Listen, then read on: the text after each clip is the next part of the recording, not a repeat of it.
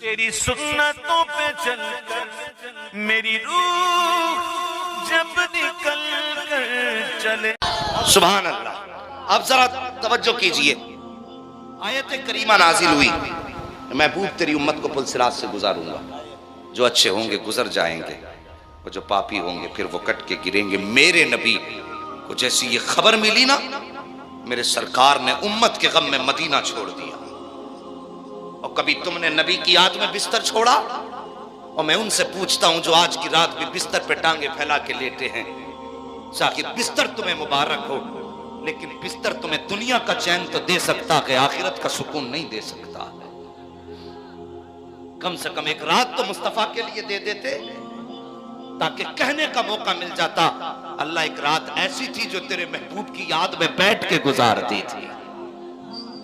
ایک رات تو ایسی دے دیتے جو تیرے محبوب کی یاد میں بیٹھ کے گزاری تھی. نبی کو امت کا خیال آیا، مصطفیٰ نے مدینہ چھوڑ دیا. ایک دن گزرا، 2 دن گزرا، 3 دن گزرے. صحابہ اکرام بےتاب ہیں، آقا نظر نہیں آ رہے ہیں. سرکار کے صحابہ بے چین ہیں. کوئی جا کے سیدہ کے دروازے پہ کہتا آقا کا پتہ ملے گا؟ کا نہیں معلوم ہے.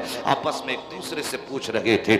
اللہ اکبر. گلیوں میں دیوانہ وار صحابہ ہیں. پھر تلاش کرتے کرتے مدینے سے باہر نکل گئے. توجہ سے سننا پیارے، جب مدینے سے صحابہ نکلے ہیں، ایک چرواہا بکری چرا رہا تھا. اس سے جا کے صحابہ جا کے کہتے ہیں یار بتا تو سہی، تم نے ہمارے محبوب کو دیکھا ہو تو بتاؤ. اس نے کہا تمہارا محبوب کون ہے، اس کی پہچان کیا ہے؟ تب صحابہ پہچان بتاتے ہیں. وہ چلتا ہے تو مشیت ساتھ چلتی ہے، وہ بولتا ہے تو کرم برستا ہے، اس کی مرضی سے مشیت کا قلم چلتا ہے. اس کے چہرے میں انوار کی برسات ہوتی ہے، لب کھلتے ہیں تو پھول جھڑتے ہیں. اس نے کہا تھا میں تو نہیں جانتا کہ ایسا کون ہے، لیکن اتنا جانتا ہوں سامنے ایک غار ہے، اس کے اندر سے 3 دن سے کسی کے رونے کی آواز آ رہی ہے، اور اس درد کے ساتھ روتا ہے کہ جب میں صبح کو بکریاں لے کر کے آتا ہوں تو میری ساری بکریاں چرنا چھوڑ کر کے غار کے دروازے پہ بیٹھ جایا کرتی ہیں، اور اس کے ساتھ بیٹھ کر کے اس کے غم میں شریک ہوتی ہیں. وہ کہتا ہے بات سمجھ میں آج تک نہیں آئی ہے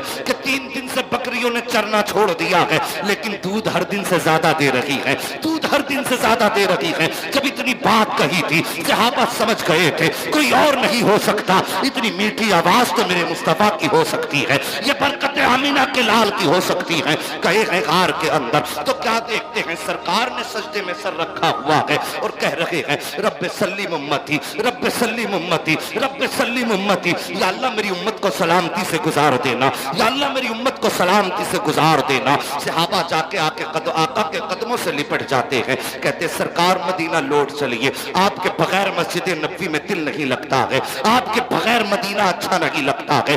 آقا فرماتے صحابہ لوٹ جاؤ، آج میری اور میری امت کا معاملہ آ گیا ہے، میں اس وقت تک نہیں جاؤں گا جب تک امت کے حق میں کوئی فیصلہ نہیں سن لیتا ہوں. اللہ اکبر. صحابہ واپس پلٹے ہیں. اللہ اکبر. مدینے میں آئے خبر کر دی گئی ہے کہ سرکار کا پتہ مل گیا ہے. کوئی کہتا ہے فلاں غار میں ہے. توڑ کر کے صحابہ آئے ہیں، لیکن میرے نبی نے سجدے سے سر نہیں اٹھایا ہے.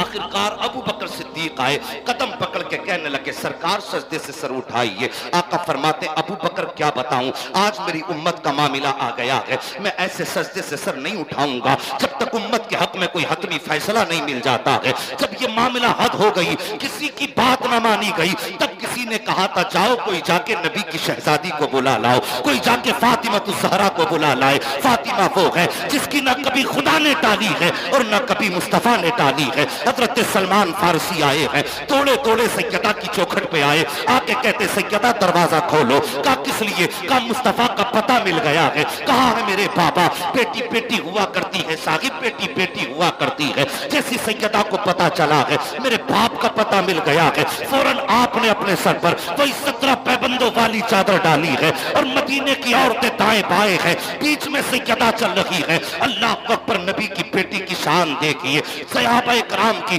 بیویوں بہنوں کے جھرمٹ میں نبی کی شہزادی جا رہی ہے. صاحب بیٹیوں سے پیار کیا کرو، بیٹیوں سے محبت کیا کرو. بیٹیاں اللہ نصیب والوں کو دیا کرتا ہے، تم بیٹے رب سے مانگا کرتے کرتے ہو یہ تمہاری مرضی ہے، ارے سجدے میں گر کے بیٹے مانگو تمہاری اپنی مرضی ہے، لیکن کبھی رو کے بیٹیاں بھی مانگ لیا کرو، کبھی رو کر کے بیٹیاں بھی مانگ لیا کرو، اس لیے کہ بیٹے رحمت و نعمت ہوا کرتے ہیں، بیٹیاں رب کی رحمت ہوا کرتی ہیں، اس لیے کہ بیٹے باپ کی جائیداد کے وارث ہوتے ہیں اور بیٹیاں باپ کے چہرے کی وارث ہوا کرتی ہیں، کبھی رو کر کے بیٹیاں بھی مانگ لیا کرو۔ شاہد نبی کی بیٹی کو پتا چلا ہے کہ میرے باپ کا پتا چل گیا ہے، آپ نے سر پہ اپنے دوپٹہ ڈالا ہے جس پہ 17 پیبند لگے تھے اور پردے کے حال میں چلی ہے، اور کس حال میں چلی ہے؟ ایک ہاتھ میں شہزادے حسن کا ہاتھ ہے، دوسرے ہاتھ میں آقا حسین کا ہاتھ ہے، دونوں بچوں کو لے کر نبی کی بیٹی گھر سے نکلی ہے۔ اللہ اکبر،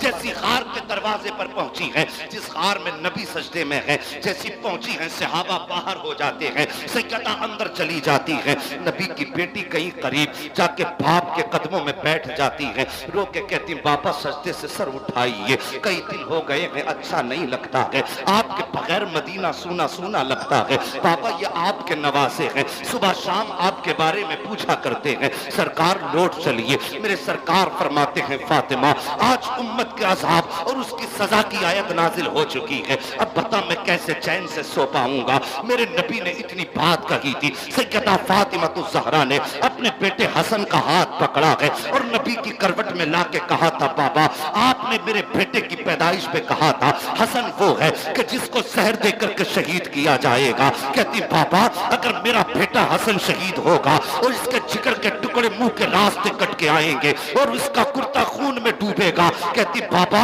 آج فاطمہ وعدہ کرتی ہے کہ قیامت کے دن جب امت کے عمل تو لے جائیں گے اپنے بیٹے حسن کا کرتا لاؤں گی اور امت کے نیکیوں کے پلے میں رکھ کے کہوں گی یا اللہ آج اس کرتے کے بدلے میں میرے باپ کی امت کی مغفرت فرما دے۔